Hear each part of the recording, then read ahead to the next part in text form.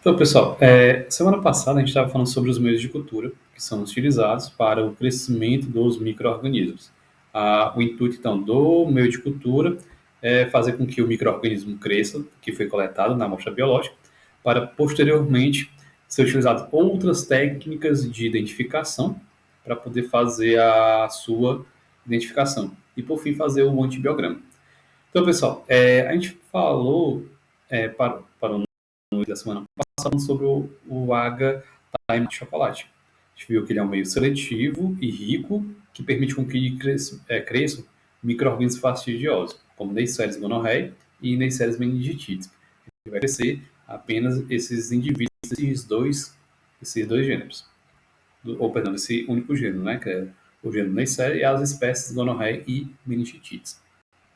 Já o H. maconchi, ele é um meio bem interessante. Ele é um meio seletivo e diferenciado. Ele é um meio seletivo porque ele apenas permite o crescimento dos bacilos gram-negativos. Só vai crescer esses bacilos gram-negativos. Por quê? Os constituintes aqui do meio de cultura impossibilita o crescimento dos gram-positivos. Se eu colocar uma amostra biológica que tenha um gram-positivo aqui, ele não vai crescer, porque ele não vai conseguir assimilar, né? Não vai conseguir pegar os nutrientes que tem ali dentro e utilizar para o seu metabolismo. Ele não vai ter essa capacidade. E por que ele é diferencial? A gente observa uma diferença de cores. Quando ocorre, então, o micro-organismo, ele consegue, então, utilizar a lactose, que é aqui um carboidrato, para a obtenção de energia, ele vai fermentar ela, né? Que é quando ocorre, então, a utilização para a obtenção de energia. Vai ocorrer a mudança de cor. O que acontece? O meio, naturalmente, é essa coloração aqui. Quando a bactéria ela faz a fermentação da lactose, ou seja, utiliza a lactose como fonte de nutriente para a obtenção de energia, ela muda a cor do meio. O meio fica com essa coloração aqui, ó, um tom roxo, por exemplo. Aqui são dois exemplos de micro-organismos. Aqui um lactose negativa e aqui o lactose positiva. No caso aqui, uma Escherichia coli. Aí você está perguntando, professor, e essa daqui o meio é o quê? É apenas um controle positivo, dizendo que o meio está funcionando corretamente. Porque imagina, se não tem esse controle, aí cresceu um micro-organismo que não mudou o meio. Aí você pensa, ele não fermentou a lactose ou o meio que não virou a coloração? Por isso que é importante ter esse controle positivo para garantir que aquele meio esteja realmente funcionando corretamente. E quem são esses indivíduos que é utilizados? Por exemplo, para verificar se o meio está correto, está com seus constituintes funcionando. Tem então o controle positivo, positivo o quê? Para crescimento, certo? Tem aqui o controle positivo, que é o Proteus mirabilis. Ele é então lactose negativa, ou seja, ele vai crescer nesse meio aqui, contudo não vai mudar a sua coloração, porque ele não vai utilizar a lactose para obtenção de energia.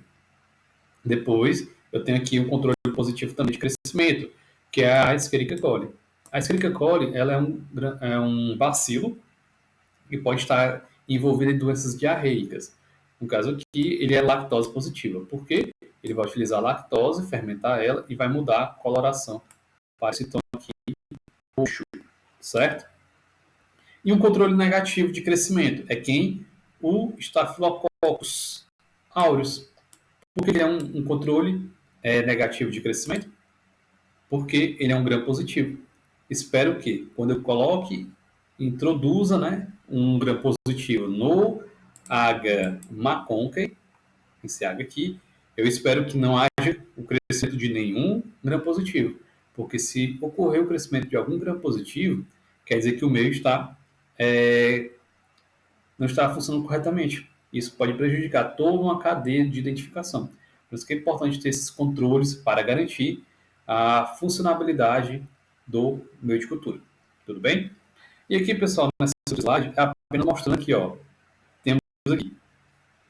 Esses dois primeiros aqui, eles são o que? Lactose positivo ou negativo?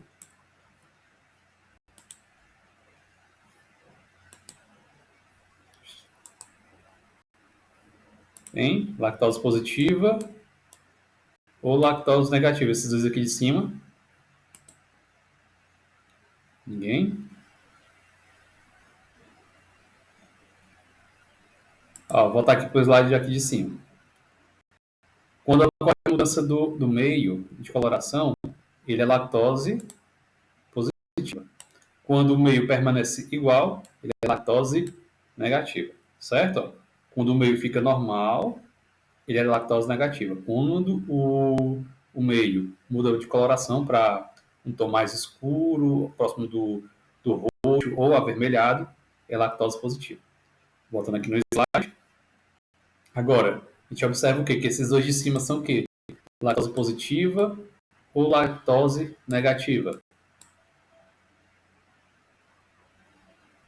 Isso, exatamente. Ele utilizou a lactose, fermentou ela para obter sua energia. Temos exemplo aqui, ó, da Escherichia coli e da Enterobacter eurogenes. São dois exemplos de gram-negativos que fermentam lactose.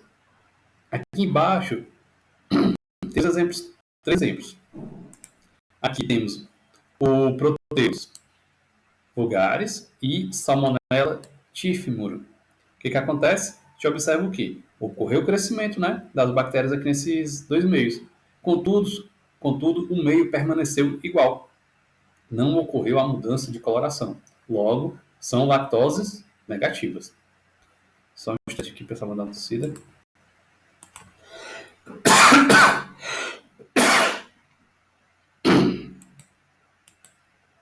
Voltando. A gente observa que são dois indivíduos também gram-negativos e eles não utilizaram a lactose, não fermentaram ela. Logo, são lactoses negativas.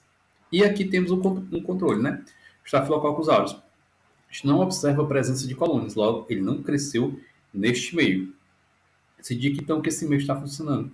Ele é um meio seletivo, porque seletivo cresce apenas gram-negativo. Diferencial, porque quando muda a coloração, eu sei que ocorreu, então, a fermentação da lactose. Se mudou de cor, é lactose positiva. Se não mudou de cor, é lactose negativa. Tudo bem? E por que isso é importante, pessoal? Porque imagina eu tenho um paciente com uma doença diarreica causada por gram-negativos, né? Que são, por exemplo, os indivíduos da família Enterobacteriaceae. Eles são, por exemplo, pode ter a presença de Escherichia coli, Proteus, Salmonellas, Shigella, como também Campylobacter. A gente não vai saber quem é que está causando. Aí a gente coloca inicialmente no meio de cultura presuntivo, como por exemplo aqui no meio Salmonella, o meio H. maconque, a gente vai ver. Fermentou lactose, Escherichia coli. Não fermentou lactose, pode ser então Proteus, ou pode ser Salmonella, ou pode ser Shigella. Aí, a partir depois desse resultado, passe para outros meios de cultura para dar a identificação daquela amostra. Depois seria quem? Um outro exemplo. Supõe que ocorreu a presença, então, disso aqui. Ó. Eu observei que ocorreu a não fermentação de lactose. Aí eu tenho uma ideia. Pode ser Salmonella ou pode ser Shigella. E agora, quem é quem? Quem eu digo que é delas? Aí eu vou utilizar um outro meio. O meio H, Salmonella, Shigella, ou meio SS. Esse meio, pessoal, ele também é um meio seletivo e diferencial. Pela mesma capacidade. Seletivo. E seletivo só vai crescer as bactérias desses dois gêneros. Ou bactérias do gênero Salmonella, ou bactérias do gênero Shigella. E diferencial, porque de acordo com a coloração da colônia, eu vou identificá-las. Como assim? A Salmonella, ela quando cresce no meio SS, ele forma colônias negras, como a gente pode observar aqui. Ou forma colônias brancas com ponto central negro. Isso é indicativo de bactérias do gênero aqui, ó, Salmonella. Quando não ocorre, quando essa colônia, elas são colônias transparentes, como a gente observa aqui em cima, colônias transparentes, é do gênero Shigella. As do gênero Shigella formam colônias transparentes no meio SS. E quais são as amostras, pessoal, que pode ter essas bactérias? Por exemplo, são amostras de fezes, alimentos e também água. Por exemplo, um tipo de alimento seria, por exemplo, leite. Pode estar contaminado com essas bactérias aqui, por exemplo. Ou água também. Essas bactérias podem estar presentes em águas de esgoto e o seu consumo pode causar doenças diarreicas em pessoas. E isso faz, então, a identificação de qual é o agente. Por que é importante essa identificação? É importante por quê? Porque se eu sei quem é que está causando a doença, eu vou saber qual é o tratamento a qual vai ser dado. E, consequentemente, eu vou saber o antibiótico correto, como também a dose correta do antibiótico, para evitar justamente com que possa ocorrer um tratamento ineficaz ou um tratamento desnecessário com antibiótico de amplo espectro. Por isso que é importante saber quem é o agente etiológico da patologia, no caso aqui da doença causada por bactérias, como também a dose mínima para matar esse micro-organismo, certo? E aqui temos então os controles positivos. No caso aqui, Salmonella, Typhimurium, um exemplo de controle positivo, porque vai crescer, e também um controle negativo, Staphylococcus aureus. Ele também vai, esse meio, ele também impede o crescimento de grãos positivos. Um grão positivo, quando inoculado nesse meio, não vai crescer, ele não vai formar colônias. E a gente aqui no outro meio, no caso aqui no caldo selenito. Por que é caldo? Porque ele vai ter uma consistência líquida.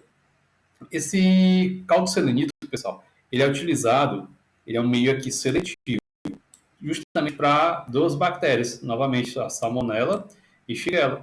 Por quê? Ele vai fazer com que cresça apenas esses dois indivíduos.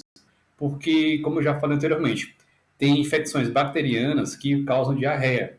E para saber quem é que está causando aquela infecção diarreica, né, aquela diarreia, é importante saber quem está causando. E existem milhares de bactérias, milhares não, existem algumas bactérias que vivem dentro do nosso intestino que são gram-negativos, que possam também estar envolvidos em doenças nesse órgão, causando diarreia. Justamente para não ficar fazendo diferentes caldos ou diferentes meios de cultura, eu posso utilizar o caldo selenito. Eu tenho uma suspeita que esteja causando aquela doença, seja essas bactérias desses dois gêneros, eu vou então utilizar esse caldo. Porque esse caldo ele vai fazer o quê? Ele vai inibir o crescimento de outros coliformes fecais presentes ali naquela amostra, como por exemplo esse Escherichia coli. Ele impede com que haja o crescimento desses indivíduos e vai crescer apenas Salmonella e Shigella. Porque os nutrientes que estão ali dentro são utilizados então para que esses micro-organismos cresçam. Ele então enriquecimento e isolamento para esses indivíduos. Depois que ocorre então o crescimento, né, desses meios, eu vou observar a presença, apenas eu vou identificar que ocorreu a presença do crescimento. Porque como é um meio líquido, eu não consigo observar a formação das colônias. Eu vou apenas observar a turvação do meio, no caso aqui desse cálculo. Deixa eu observar aqui que esse aqui da esquerda, ele é não inoculado. Tem uma coloração um pouco mais amarelada clara. Já quando ocorre o crescimento, fica um pouco mais alaranjado, indicando que ocorreu o crescimento do micro-organismo. Aí, depois disso, é retirado a partir de uma alça bacteriológica, uma amostra e colocado então nos outros meios para identificar, como por exemplo o meio SS, para saber se é uma salmonela ou se é uma shigella. E como eu já falei, que ele impede o crescimento de qualquer outro micro-organismo que não seja a salmonela e shigella, eu tenho que ter um controle negativo, que é uma Escherichia coli. Ela não vai crescer, porque os constituintes desse caldo impedem o seu crescimento. Vai permitir apenas o crescimento da bactéria a qual esse meio foi construído. Que no caso aqui é um exemplo da Salmonella typhimurium, que é um exemplo então do controle positivo. Outro meio utilizado então para verificação de doenças relacionadas ao trato urinário, a gente tem aqui o AGA-CLED. O AGA-CLED, pessoal, ele tem então a deficiência, né, de alguns eletrólitos, que ele impede o crescimento de determinadas cepas de uma bactéria também gram-negativa, no caso aqui Proteus. Ele também ele é um meio que pode ser, no caso, seletivo e diferencial. Por quê? Ele vai permitir com que haja o crescimento de bactérias gram-negativas, como, por exemplo, o Proteus e também a Escherichia coli. E por que, que ele seria tão diferencial? Diferencial porque vai mudar a coloração. A gente observa o quê? Que no caso, quando ocorre a formação das Escherichia coli, ocorre colônias douradas.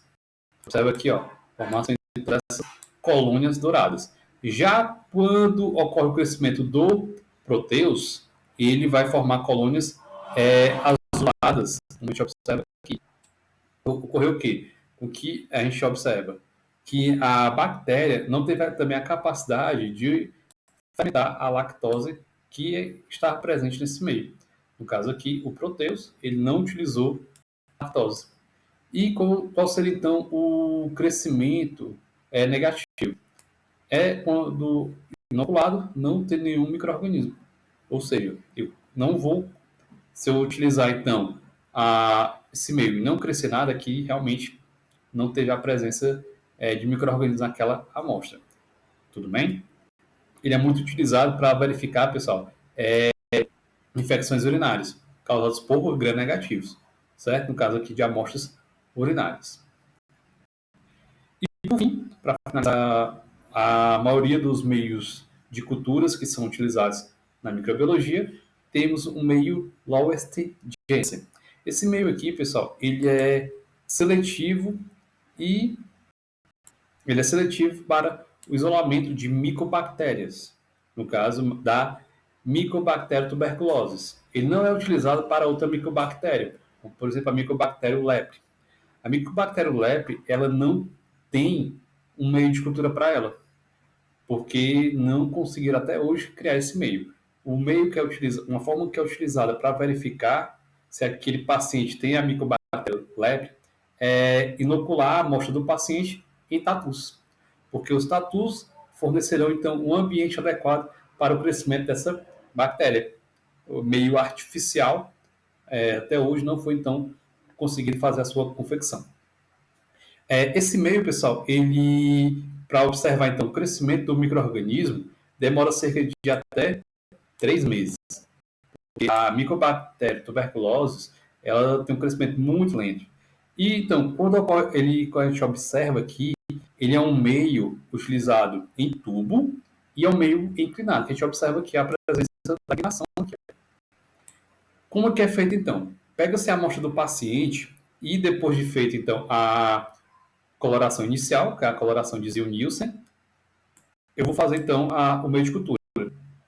Depois de feito então, é feito então a estira, que é o espalhamento aqui pela toda a superfície e aqui no final também. Depois de feito então essa semeadura, 2 a 3 dias depois, botado então na estufa a mais ou menos 37 graus Celsius de temperatura, eu vou observar se há a presença de colônias. Porque se ocorrer a presença de colônias, quer dizer então que ocorreu a presença de contaminação com a microbiota do paciente. Porque eu espero que isso ocorra a partir de 3 meses, certo? Após 3 meses eu consigo identificar. Mas vai ter um crescimento inicial, né? Cerca de após 3 semanas que eu posso começar a ter a formação inicial de colônias. 2 dias depois, porque é microbiota do paciente. O que a gente vai fazer? Remove essa microbiota para impedir com que ela acabe, então, inibindo o crescimento da microbiota ou da bactéria que está sendo pesquisada. Aqui a gente tem, então, o controle positivo de crescimento, são 2, a Mycobacterium tuberculosis e a Mycobacterium avium, que é uma micobactéria que circula entre aves. E o controle negativo é a ausência, então, do crescimento de qualquer colônia ali presente. Ele é um meio, então, na coloração aqui a gente observa esverdeado, com a formação de colônias amareladas a creme, como a gente observa aqui no meio. Tudo bem? E com isso, pessoal, a gente finaliza a nossa aula em relação aos meios de cultura. Amanhã, creio eu que vai ser feriado. Se não for feriado, a gente vai ter uma atividade